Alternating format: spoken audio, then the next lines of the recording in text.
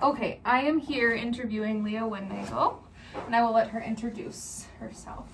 Hi, my name is Leah Winnagel. I work full-time at Williston State College. I'm currently a business professor and the program coordinator for business. I've also held roles as an enrollment coordinator on campus, director for enrollment services, and I've reported to marketing, enrollment services, academic affairs. So I've worked in a variety of different departments. I also own my own business called Windy Stitches, and it's a custom embroidery business.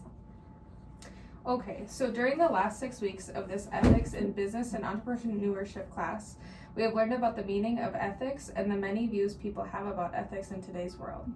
Ethics are found to be associated with feelings, and even some believe what society may accept, which in the end is impossible to pin down. As a leader, being ethical and having core values in your workplace is vital for yourself and your team. By conducting an interview with a leader and an entrepreneur, I hope to gain some insight on your stance. So, question number 1, how do you define ethical behavior in the workplace? I think ethical behavior, first of all, works within the laws, the legal system. That's an important component.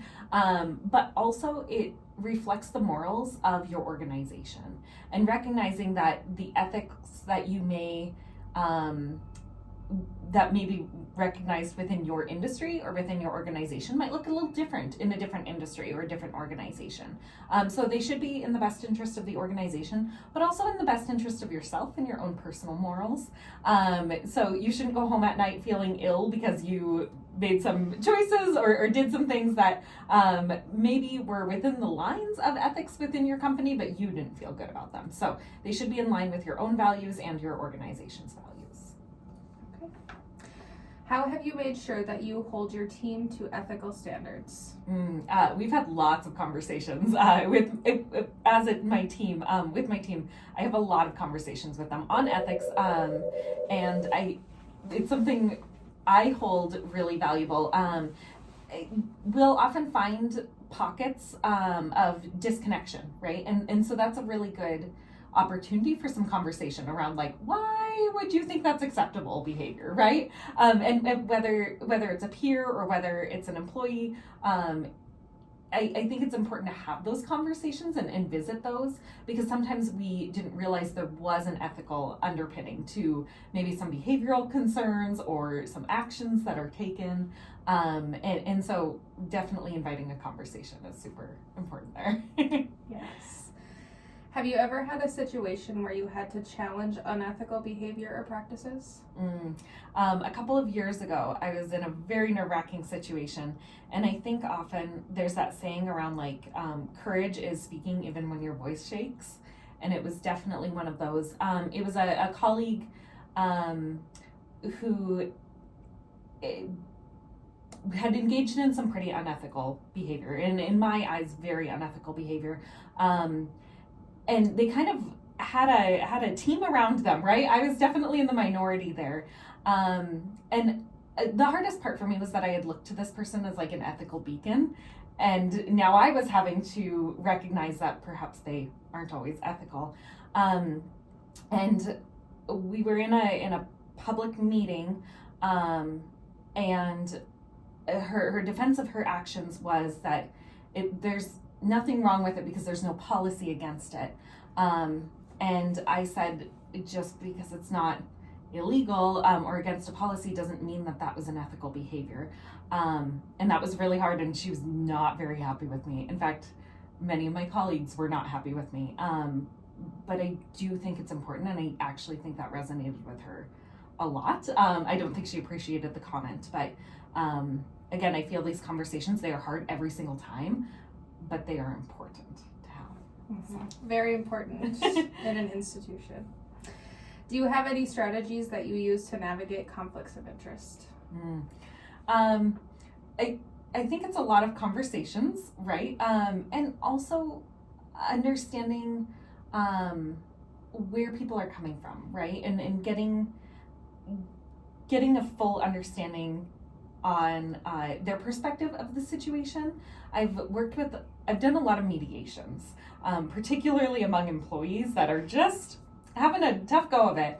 And And so those mediations often are caused by, some kind of conflict of interest. There's something there that they really disagree on, and helping them see perspectives of where they do agree, but then also what's the underpinning here of why they have some conflicts. And oftentimes I find that it's influenced by things that have happened in their past.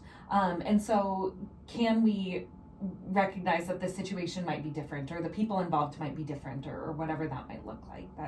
That's a challenge. Yeah, all of these are hard conversations to Yes. have. How sure are you that you maintain transparency and accountability? Transparency, I'm very confident about. I'm very open with pretty much everyone, but especially with my team. I'm maybe a bit of an oversharer. I want to make sure we're always on the same page. Accountability is a lot harder, I think, especially because I want to show kindness. I believe in leading with compassion. But at the same time, sometimes that can look like favoritism. It looks like some people get benefits that others don't. Maybe I afford a more flexible schedule to this person and not to this person. So the perception of that can be a lot harder.